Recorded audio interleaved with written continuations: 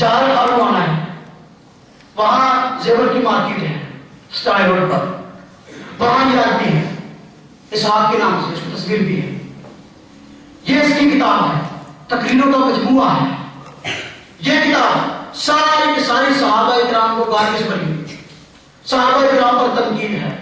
یہ ساری وہ تقریریں ہیں جو اس نے اپنی مسجد میں بیٹھ کے، جس کا نام جامع مسجد کریمیہ حدیث ہے، اس میں بیٹھ کے صحابہ اکرام کو گالیاں دی ہیں، یا اور مجلس میں بیٹھ کے صحابہ اکرام کو گالیاں دی ہیں. اور تمام گالیوں کو شیعوں نے چھاپا ہے. اگر اس کے چھاپنے والے شیعہ نہ ہو تو پھر مجھے کہنا میں اس پہ جواب پیش کر سکتا ہوں. باقاعدہ اس پر لکھا ہے کہ چھاپنے والے الولایا فاؤنڈیشن ہے، اور اندر جس نے اس کو لکھا ہے تقریروں کی شکل میں، اس کے اندر لکھا ہے علامہ منتظر مہدی ہے اس کو لکھنے والا. ساری صحابہ اکرام گالیوں سے بھری ہوئی ہے، اور یہ شیعہ اس کو چھاپنے والے ہیں. اب تو میں کہہ سکتا ہوں نا کہ تم واقعی روح بدل کے آنا چاہتے ہو، لوگوں کو گمراہ کرنا چاہتے ہو. ہمارا بڑا ہے رام جنت کو جو ہے ننگا کیا ہے، اب تو کہتا ہے وہ اس نام سے ننگی ہو گئی، اب میں نئے نام سے ہوں، اب میں حدیث کے نام پہ لوگ گمراہ کروں. ایسا نہیں ہو سکتا. ہم تجھے بے نقاب کرتے رہیں گے انشاءاللہ جب تک ہمارے سانس میں سانس باقی ہے. انشاءاللہ. اعمال میں دیکھو، دیکھیے اگر شیعہ ہے طہارت کے اعمال ہے، شیعہ بھی یہ کہتا ہے کہ یہ اگر کنویں میں پانی، کنواں جو ہے اس میں گندگی گر جائے، جب تک اس کا رنگ منہ وغیرہ نہ بدلے اس وقت تک وہ کنواں میں پانی نہیں ہوتا. اس کو استعمال کرتے رہو. یہ کتاب جو ہے یہ میرے پاس موجود ہے شیعہ کی.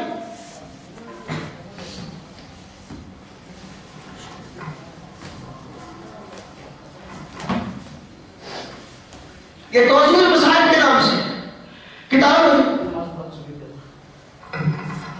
یہ کتاب موجود ہے. یہ خود شیعوں نے شائع کی ہے توضیح المسائل کے نام سے، اور یہ لکھنے والا بھی شیعہ ہے. اس میں اس نے یہی مسئلہ لکھا ہے کہ جی جب تک کنویں کا رنگ کو مزہ نہ بدلے تو ٹھیک ہے، گندگی گرتی ہے گرتی رہے، اس کو تم استعمال کر سکتے ہو. پانی کو، پانی پاک ہے. اور اس کا صفحہ نمبر 25 ہے توضیح المسائل کا. یہی بات جو ہے آپ کو فتاوی شرعیہ میں مل جائے گی، یہی بات آپ کو فتاوی نصیریہ میں مل جائے گی. یہ دیکھیے زمین پر فتاوی ستاریہ میں تو یہاں تک لکھا ہے، کہتا ہے کہ اگر ایک گلاس پانی کے اندر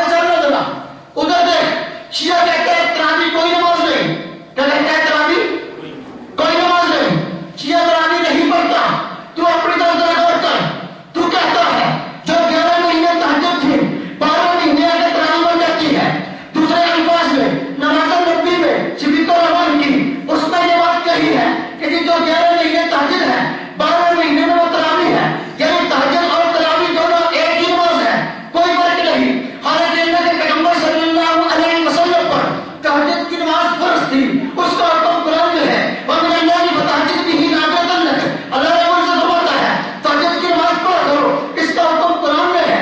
آپ صلی اللہ علیہ وسلم پر ایک زائد نماز تھی، لیکن تراویح کے اندر اللہ کے نبی صلی اللہ علیہ وسلم فرماتے ہیں کہ روز رمضان کا مہینہ ہے، رمضان کے مہینے میں اس کا روزہ اللہ نے فرض کیا ہے، اس کے رات کا قیام میری سنت ہے، اس کی رات کا قیام میری سنت ہے۔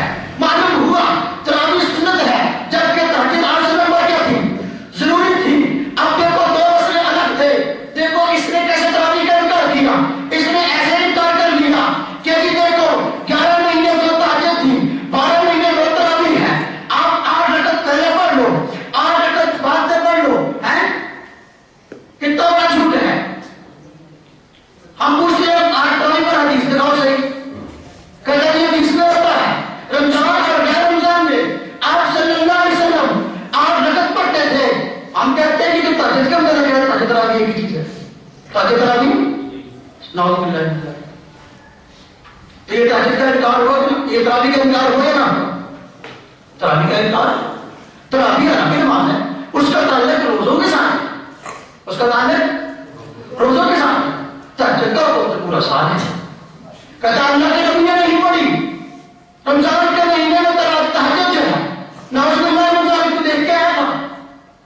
جھوٹ بولتے ہوئے کہ کوئی جو ہے نام فرمائے حدیث کا حوالہ تو دو کہ اللہ کے نبی نے رمضان کے مہینے میں تہجد نہیں پڑھی، اللہ کے نبی صلی اللہ علیہ وسلم پر رمضان کے مہینے میں تہجد پڑھنا حرام تھی، ایسا ایک حوالہ تو پڑھنا قرآن کی ایسی آیت پر، ایسی حدیث پر ہم تجھے دکھا دے بھائی تو جھوٹ بولتا ہے، تیرا مطلب جھوٹ کا مبنی ہے، تراویح کا منکر وہ بھی اور تراویح کا منکر یہ بھی۔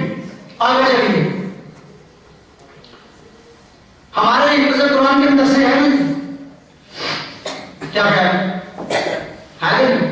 بالکل جگہ جگہ آپ کو حافظ مل جائیں گے۔ شیعہ بھی اپنے بچوں کو حفظ قرآن نہیں کراتا، اس کے دیکھو یہ بھی حفظ قرآن نہیں کراتا، اس کے بچے آپ کو حافظ نہیں ملیں گے۔ اگر مجبوراً کبھی کروائے گا ہمارے دو بندیوں کے مدرسے میں بھیجے گا اور جہاں سے حفظ کر کے ہم سے پڑھ کے گالیاں بھی ہمیں دے گا، نمک حرامی ہم سے پڑھے گا گالیاں بھی ہمیں دے گا، مگر نہ عام طور پر جس طرح ہمارے حفظ کے مدرسے ہیں اس طرح حفظ کے مدرسے ایک طرح ہی ہے۔ آپ کہیں گے کہ بھئی کچھ مدرسے کے نام ہم نے سنے ہیں، بھئی کچھ مدرسے اب شیعہ نہیں بنانے ہیں، کچھ مدرسے اب ہمارے اکابر نے کہا تھا کہ یہ لوگ قرآن کو نہیں مانتے، یہ لوگ کہتے ہیں قرآن میں تبدیلی ہوئی، شیعہ لوگ اب قرآن ایک جماعت بنائی ہے قرآن فاؤنڈیشن کے نام سے ثابت کرنے کے لیے کہ ہم قرآن کو مانتے ہیں۔ ہم کہتے ہیں جس طرح انہوں نے اپنے آپ کو قرآن کا منکر بچانے کے لیے تقیہ کے طور پر ایک فاؤنڈیشن بنائی ہے جس کا نام قرآن فاؤنڈیشن رکھا ہے، چند ایک مدرسے بنائے ہیں جس نے کہا کہ ہم نے حفظ کرانا شروع کر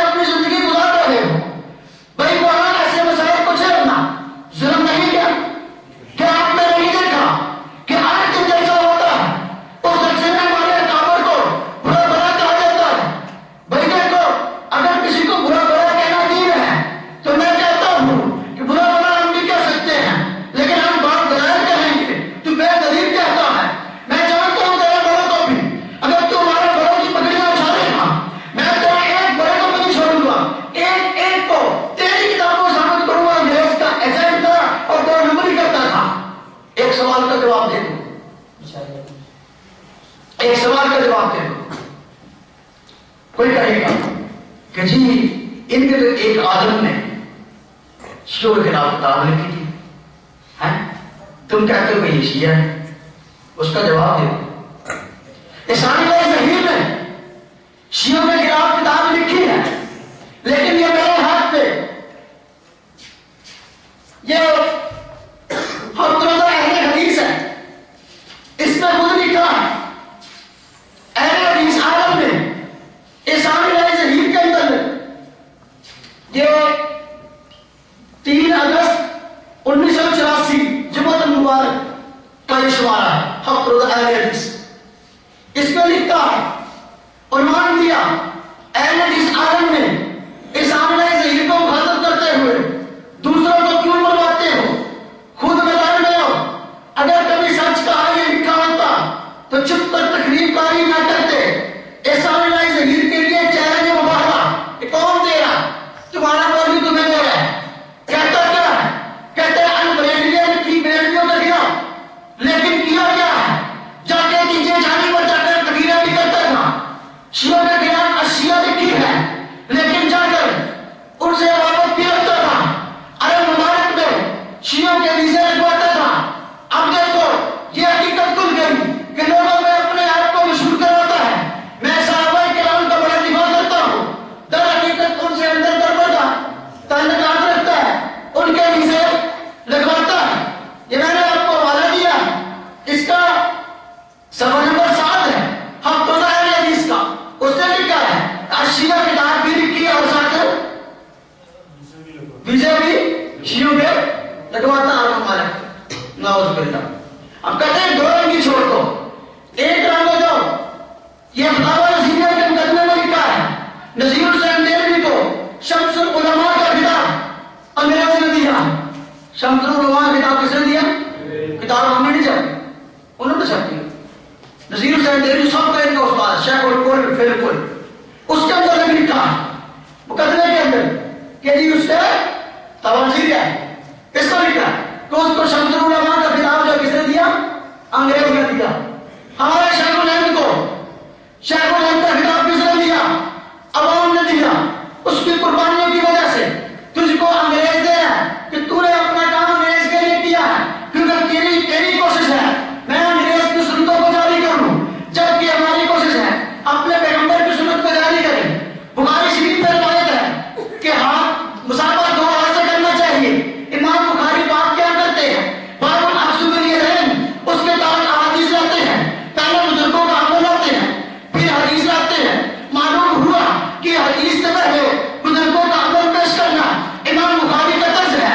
پہلے بزرگوں کا عمل لائے کہ مسافہ 2 ہاتھ سے کرنا چاہیے، پھر حدیث کا ہے کہ آپ صلی اللہ علیہ وسلم حضرت عبداللہ بن مسعود کے ساتھ ہے مسافہ 2 ہاتھ سے ہو رہا ہے. دیکھیے 2 ہاتھ سے مسافہ کرنا کس کی سنت؟ پیغمبر صلی اللہ علیہ وسلم کی. اور اس کے پاس جاؤ یہ ایک ہاتھ پیچھے کرتا ہے، ایک ہاتھ سے یہ مسافہ کیسے کرتا ہے؟ ایک ہاتھ. کس کی سنت؟ انگریز کی. کس کی سنت؟ کس کی سنت؟ اچھا کھڑے ہو پیشاب کون کرتا ہے؟ کھڑے ہو پیشاب کون کرتا ہے؟ انگریز کرتا ہے. انگریز کرتا ہے. ترمذی شریف میں روایت ہے حضرت عائشہ رضی اللہ تعالیٰ عنہا فرماتی ہے جو آدمی تمہیں یہ کہے تمہارا پیغمبر کھڑے ہو کے پیشاب کرتا تھا جھوٹ بولتا ہے. بخاری شریف میں روایت ہے نبی کریم صلی اللہ علیہ وسلم نے ایک مرتبہ کھڑے ہو کر پیشاب فرمایا. محدثین نے لکھا ہے وہ جو ایک مرتبہ کھڑے ہو کر پیشاب کیا وہ مجبوری تھی، یا تو آپ کے گھٹنے میں اٹھنے تکلیف تھی، آپ بیٹھ نہیں سکتے تھے، یا جہاں پیشاب کیا وہ جگہ ناپاک تھی، کوڑا کرکٹ والی تھی. اگر وہاں بیٹھ کر پیشاب کرتے ڈلوان والی چھینٹے آپ کے اوپر پڑتے اور گندگی جو ہے وہ آپ کے اوپر پڑتی. اس وجہ سے مجبوراً آپ نے کھڑے ہو کے پیشاب کیا. وگرنہ آپ کا معمول کیا تھا؟ بیٹھ کر پیشاب کرنے کا.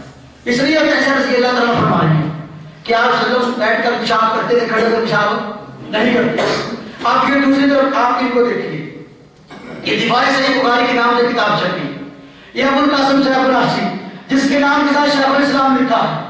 یہ شادرات اصلی ان کا بہت بڑا مقدرہ ہے، اس نے اس کا مقدمہ بھی لکھا ہے، اس طرح عزیز شمس نے بھی مقدمہ لکھا ہے، شاہ محمود نے اس کے حوالے لگائے ہیں، ایک کتاب اس پہ دیکھو کتنی لوگوں کی محنت ہے، اس میں لکھا ہے، اس لیے سب کی تصدیق ہے، اس میں لکھا کیا کہتا ہے کہ پیشاب کھڑے ہوئے کرنے چاہیے، کیوں نہیں؟ اس کے بڑے فائدے ہیں، اس کے بڑے فائدے ہیں، کہتا ہے سنیے کھڑے ہو کر پیشاب کرنے میں بہت فائدے ہیں۔ زید عرب نے کہا ہے کہ 40 طبیبوں نے اس امر پر اتفاق کیا ہے کہ کھڑے ہو کر پیشاب کرنا 70 بیماریوں کی دوا ہے، 70 بیماریوں کی دوا ہے۔ اچھا کہتا ہے اس سے تناسل کو شفا ملتی ہے، دوبر سے بھی آواز سے نہیں نکلتی۔ سبحان اللہ، یہ مسئلے بیان ہو رہے ہیں۔ ہمیں کہتے تمہاری فقہ میں ایسے مسئلے ہیں، یہ روایت صحیح بخاری ہے، کتاب کا نام ہے، اور شیخ الاسلام لکھنے والا ابو القاسم صاحب ناصری، اس کا صفحہ نمبر 244 ہے، کہہ رہے کیا 70 مرضوں کی دعا ہے کھڑے ہو کے پیشاب کرنا، 70 مرضوں کی دعا ہے کھڑے ہو کے پیشاب کرنا۔ اب میں کیا کہوں اس پہ؟ اب میں کہوں گا تو پھر غصہ نہیں کرنا چاہیے۔ اگر 70 مرضوں کی دعا ہے، اپنے بیت الخلا کو انگریز کے طرز پر بناؤ نا، سارے کھڑے ہو کے پیشاب کرو، پھر میں اگلی بات کہتا ہوں مرد بھی کھڑے ہو کے پیشاب کرے، جب فائدے ہیں تو پھر خواتین کو بھی یہی حکم دو نا، جو فائدے کی چیزیں سب کو کرنی چاہیے نا۔ ناؤز باللہ من ذالک کے دین کا مذاق اڑایا جا رہا ہے، کہتے ہیں ہم حدیث کو مانتے ہیں، ہم قرآن کو مانتے ہیں، اس لیے میں آپ کو غلط معمول سے دے رہا ہوں تھوڑے سے، وگرنہ اگر وہ جس طرح وہ آگے شرارت کرتے ہیں نا، میں ہمارے تو آپ کی رات گزر جائے، آپ اکتا جائیں گے۔ یہ کتاب دین الخالص میرے پاس ہے، اب دین الخالص خالص دین پیش کیا، خالص دین کہتے ہیں منی پاک ہے، نعوذ باللہ من ذالک، منی کیا ہے؟ پاک ہے۔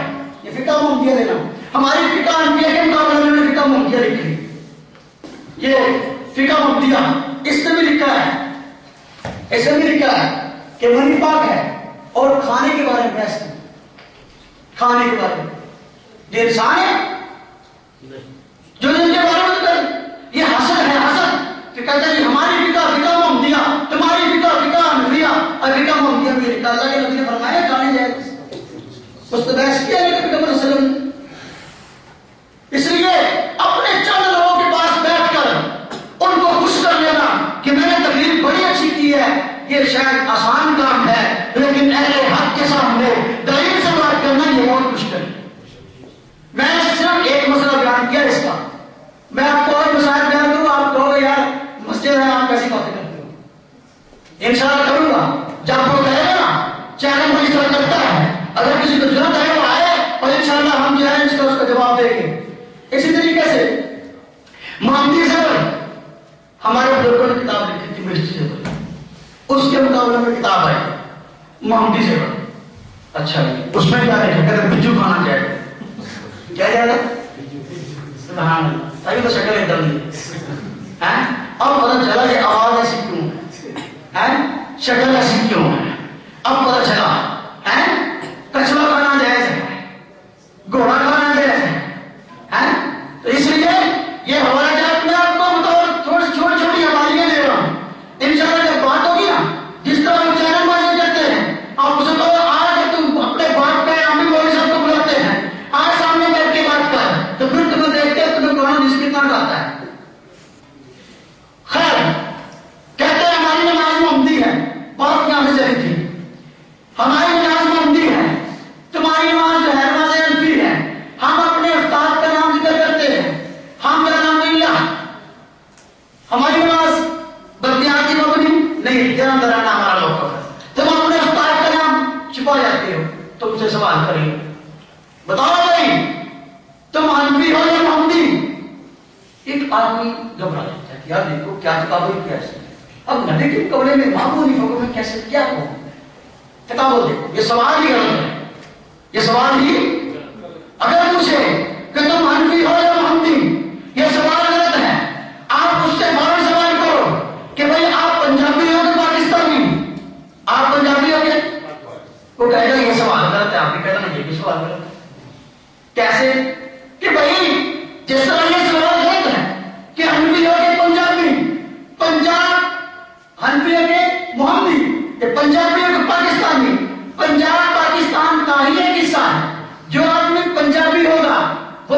پاکستانی ضرور ہوگا، جب پنجابی ہوگا پاکستانی ضرور ہوگا، جو احمدی ہے وہ محمدی ضرور ہوگا، وہ محمدی اس لیے کہ نبی کریم صلی اللہ علیہ وسلم کی باتیں ہی تو امام کو امام بتاتے ہیں.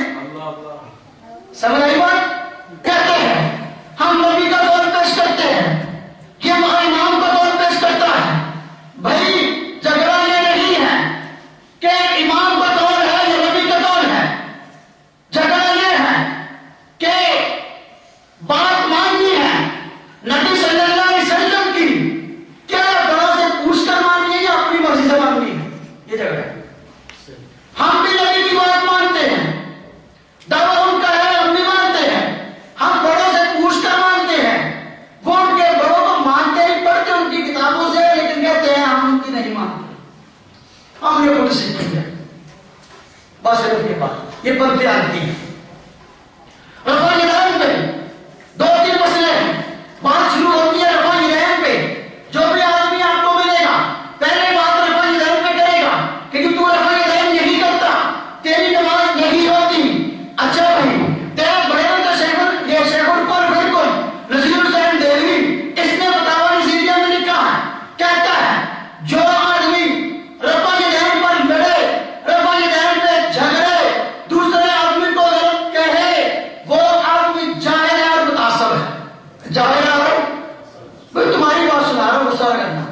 اس نے کہا اس نے کیا حدیثیں دونوں طرف ہیں، اس نے کیا حدیثیں بھائی دیکھو اگر ایک آدمی کی ایک آنکھ ہو دوسری آنکھ اس کی کام نہ کرے تو قصور کس کا؟ دو آنکھ والے. حدیثیں تو دونوں ہیں، حدیثیں تو کرنے کی بھی ہے نہ کرنے کی بھی ہے. اگر تو نظر نہیں آتی تو ہمارے پاس ہے، ہم تجھے نکال کے دے دیتے ہیں.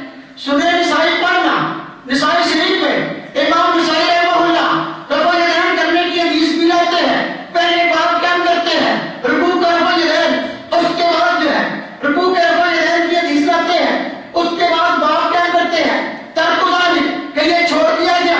پھر عبداللہ بن مسعود رضی اللہ تعالیٰ عنہ کی حدیث لاتے ہیں، پھر رکوع کے رفع یدین کی ایک اور انداز سے حدیث کرتے ہیں بات قائم کر کے، پھر بات قائم کرتے ہیں اور رخصت فی ترک ذالک پھر عبداللہ بن مسعود کی دوسری سرحد سے حدیث لاتے ہیں. ہم کہتے ہیں یہ دیانتدار آدمی تھا نا، دیانتدار محدث تھا، اس لیے رفع یدین کرنے کی بھی حدیث لایا نہ کرنے کی بھی لایا. اس سے پوچھو تو یہ بھی حدیث نہیں. جھوٹ کا جھوٹ جو کہ جھوٹ بولے نبی کا نام لے کے اس کا بیڑا گرک ہوگا نہیں ہوگا، اس کا بیڑا گرک ہوگا جو نبی کا نام لے کے بولے گا جھوٹ. اگر میں جھوٹ بولوں میرا ہوگا وہ بولے گا اس کا ہوگا. امام نسائی رحمہ اللہ دیانتدار محدث ہے، ہم کہتے ہیں رفع یدین اگر کرنا کمال ہے تو میں تجھے بتاتا ہوں رکوع کے رفع یدین کی حدیثیں جس طرح موجود ہیں سنن نسائی میں رکوع کے رفع یدین کی حدیث موجود ہے، اس طرح سجدوں کے رفع یدین کی بھی حدیث موجود ہے. امام نسائی رحمہ اللہ باب قائم کرتے ہیں باب رفع السجود، پھر حدیثیں لائے ہیں کہ نبی صلی اللہ علیہ وسلم نے سجدے کو جاتے ہوئے سجدے سے اٹھتے ہوئے بھی رفع یدین کیا، تو کیوں نہیں کرتا؟ یہ نماز بھی میرے پاس ہے، ناصر الدین البانی کے بہت بڑے عالم گزرے ہیں، اس نے خود اس پہ حدیثیں نقل کی ہیں سجدے میں رفع یدین کرنے، سجدے میں رفع یدین کرنے کی حدیثیں نقل کی ہیں اور کہتا ہے یہ ثابت ہے، یہ کرنا چاہیے. ہم کہتے ہیں پہلے ان کو شرم دلاؤ کہ تم جو کرتے ہو آدھا کرتے ہو آدھا نہیں کرتے، پورا برابر کرنا. ایک حوالہ یہ بھی کہتا ہوں میری نماز نبی کی ہے، نماز نبی والی نماز. اسی طریقے سے دوسرا حوالہ ان کا ایک آدمی ہے مولوی محمد حسین سلفی کے نام سے، اس نے ایک مستقل کتاب لکھی جس کا نام تھا سجدے میں رفع یدین سنت ہے. اس میں 30 سے زیادہ حدیثیں نقل کی ہیں اور کہا ہے کہ یہ سنت ہے، کرنا چاہیے، تو میں شرم کرو وہ بھی کرنا شروع کرو. تیسرا حوالہ ایک اور مولوی تمہارا ہے، اس نے کتاب لکھی فتح الحدود کے نام سے، سجدے میں رفع یدین کرنا چاہیے. چوتھا حوالہ ایک اور مولوی ہے جس تمہارا ہی ہے، اس نے کتاب لکھی ہے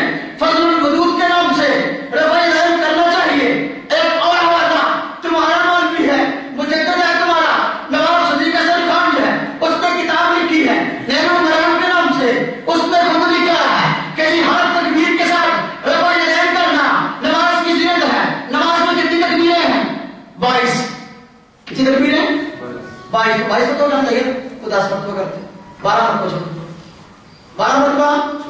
تو نماز کس کی خلاف ضرورت ہے؟ پھر تو اپنے ٹھیک کرو. ہم جو نہیں کرتے, ہم تو اس لیے نہیں کرتے, اللہ کے پیغمبر نے چھوڑ دیا تھا. تفسیر ابن عباس میں لکھا ہے اللہ نے ہم کو صلاۃ کی ان خاشعون نے کہا کہ بھائی خشوع یہ ہے, خشوع کرنے والے وہ لوگ ہیں جو نماز میں رفع یدین نہیں کرتے, اس لیے ہم نے چھوڑ دیا. اگر حدیث مانتے ہو جس بخاری شریف میں رفع یدین کرنے کی حدیث ہے, اسی بخاری شریف میں نہ رفع یدین کرنے کی بھی حدیث ہے, اگر تجھ کو نہیں ملتی تو مجھ سے پوچھ لو. امام بخاری نے باب قائم کیا ہے باب تشہد کے نام سے. حضرت ابو ہریرہ صحابی کی حدیث لے کے آئے ہیں. صحابہ کرام بیٹھے تھے, نبی صلی اللہ علیہ وسلم کی نماز کا تذکرہ ہوا اور صحابی نے فرمایا, حضرت ابو ہریرہ صحابی نے کہ میں جانتا ہوں نبی کی نماز کیا تھی, کھڑے ہو کے نماز پڑھی اور فرمایا اذا کبر رفع یدیہ, جب تکبیر کہی اپنے ہاتھوں کو اٹھایا, جب رکوع کی باری آئی فرمایا اذا رکع انطلق بدیہ, جب رکوع کیا تو اپنے ہاتھوں کو گھٹنوں پہ جما لیا, اپنے ہاتھوں کو گھٹنوں پہ جما لیا. رفع یدین نہیں, یہ بھی تو بخاری میں ہے. اگر ہمیں رفع یدین کرنے کی حدیث تو بخاری سے دکھاتا ہے, ہم تو تجھے نہ کرنے کی حدیث بخاری سے دکھاتے ہیں, کچھ تو سین کرے تو اس کو کیوں نہیں مانتا؟ ہم مانتے سب کو ہے, عمل وہ کرتے جو اللہ کے پیغمبر نے آخری دور میں کیا. پہلے دور کی حدیثوں کو ہم کہتے ہیں مانتے تو ہیں, عمل کے لیے آخری دور کی ہے. یہ تو مثال ایسی ہوئی نا جیسے کہ آدمی ہمارے پاس حدیث کی کتاب میں کیا ہے, یہ دیکھو جی اس میں لکھا ہے نبی صلی اللہ علیہ وسلم بیت المقدس کی طرف رخ کر کے نماز پڑھتے تھے. تم بیت اللہ کی طرف رخ کر کے نماز پڑھ رہے ہو, یہ حدیث میں لکھا ہے. تم آج بیت المقدس کی طرف نماز کیوں نہیں پڑھتے؟ ہم اس کو کیا جواب دیں گے؟ اللہ کے نبی نے چھوڑ دیا, ہم نے بھی چھوڑ دیا. اللہ کے نبی نے چھوڑ دیا تھا, ہم نے بھی چھوڑ دیا. وہ کہتے ہیں حدیث میں لکھا ہے, حدیث میں لکھا ہے اس پہ عمل کرو. ہم کہتے ہیں کہ تم عمل کرتے, لیکن ہم تو ہمارے نبی نے چھوڑ دیا, ہم تو نبی کے پیچھے رکھنے والے ہیں. ہم تو سنت پہ عمل کرنے والے ہیں. سنت وہ عمل ہے جس پر آپ صلی اللہ علیہ وسلم نے ہمیشہ عمل کیا, کبھی چھوڑا نہیں. ایک حدیث بھی ایسی نہیں ہے جس پہ ان حضرات کا رفع یدین ہو. میں یہ بات چیلنج کے ساتھ کہتا ہوں کہ ایک حدیث بھی جس پہ 10 مرتبہ رفع یدین کا تذکرہ ہو کہ آپ صلی اللہ علیہ وسلم نے 10 مرتبہ رفع یدین ہمیشہ کیا ہے, 18 مرتبہ ہمیشہ چھوڑا ہے, اور نہ کرنے والے کے متعلق یہی ہے بات کہ اس کی نماز نہیں ہوتی یا اس کی نماز ناقص ہے. اس حدیث کو اللہ کے نبی نے صحیح کہا ہو یا اس حدیث کے متعلق یہ کہا ہو کہ یہ حدیث ٹھیک ہے, دوسری حدیث کے مطابق غلط ہے, میں اپنا رفع یدین چھوڑنے کے لیے تیار ہوں. ہمیں کہتا ہے کل ایک ملتا ہے اور کہتا ہے ایک صحیح حدیث پیش کرو, اللہ کے نبی نے منع کیا ہو رفع یدین سے. کیا کہتا ہے؟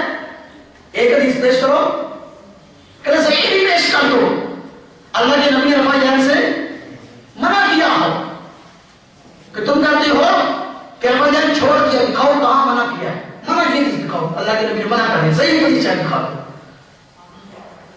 بھائی اللہ کے پیغمبر صلی اللہ علیہ وسلم کے متعلق اگر تم ہم سے یہ بات پوچھتے ہو کہ ہمیں یہ حدیث دکھاؤ کہ اللہ کے نبی نے منع کر دیا تھا, ہم تم سے یہ مطالبہ کر سکتے ہیں.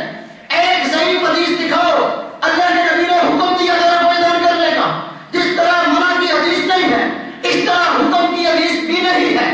جس طرح کرنا عمل سے ثابت ہے اس طرح چھوڑنا بھی عمل سے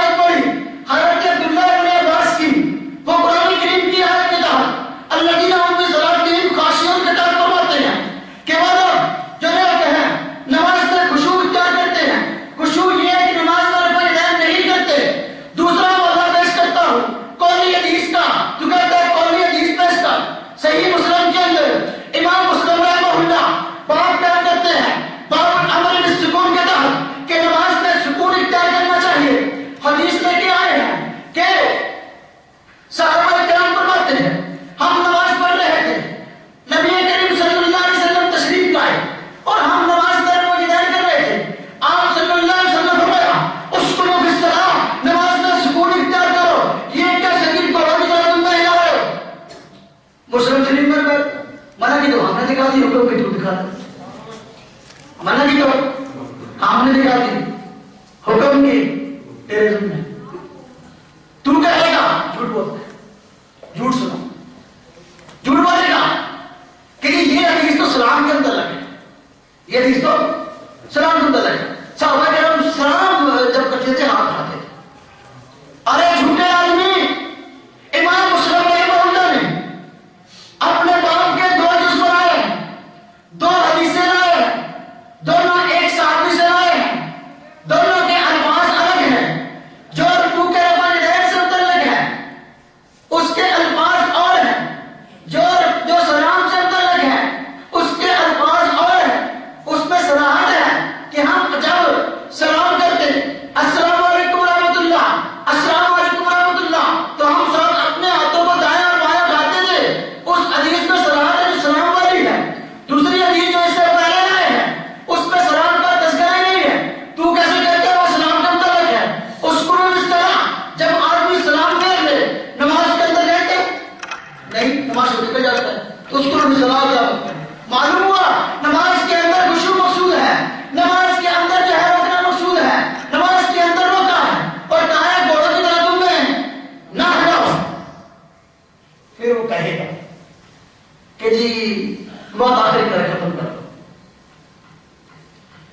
یہ جی تم کہتے ہو اللہ کے پیغمبر نے فرمایا گھوڑوں کی طرح تمہیں نہ ہو. جس کام کو اللہ کے پیغمبر صلی اللہ علیہ وسلم نے پہلے خود کیا ہو تو بعد میں کیسے کہہ سکتے ہیں اس کام کے متعلق کہ تم گھوڑوں کی طرح تمہیں نہ ہو؟ جس کو خود کیا تو کیسے بنا دیں؟ خوب سن لو، وہ حکم اس وقت تک حکم ہے، وہ عمل اس وقت تک عمل ٹھیک ہے جب تک اللہ کے پیغمبر نے اس پر حکم دیا تھا اس کو کیا جاتا رہا. جب اللہ کے پیغمبر نے روک دیا اب وہ کام غلط ہے چاہے کتنا ہی مقدس کیوں نہ ہو، اللہ کے پیغمبر نے روک دیا تھا اس لیے کیا گیا. تو آپ سلم نے یہ بات ارشاد فرمائی ہے کہ بھائی گھوڑوں کی طرح تم میں کیوں رہتے ہو. وہ کہے گا ایک اور بات سنو، کہے گا کہ گھوڑا تو تم اس طرح ہی آتا ہے، گھوڑا تو تم اس طرح ہی آتا ہے جبکہ ہم روایدان اس طرح کرتے ہیں، جبکہ ہم روایدان. تو یہ تم نے کہا گھوڑوں کی طرح تم نے کہا تو ہم تو اس طرح تمہیں رہتے ہیں. غور سے دیکھو اس حدیث کو، اس حدیث میں نمبر 7 ایک اور ہے. فرمایا آپ صلی اللہ علیہ وسلم نے سرکش گھوڑوں کی طرح تم نہ ہو. عام گھوڑا تو تم اس طرح آتا ہے لیکن جب گھوڑا اپنے جوبن میں ہو، بہت غصے میں ہو، سرکشی میں اترا ہو تو اس وقت گھوڑا تم اس طرح آتا ہے. اس وقت گھوڑا تم جس نے گھوڑا رکھا ہو سے جا کے پوچھ لو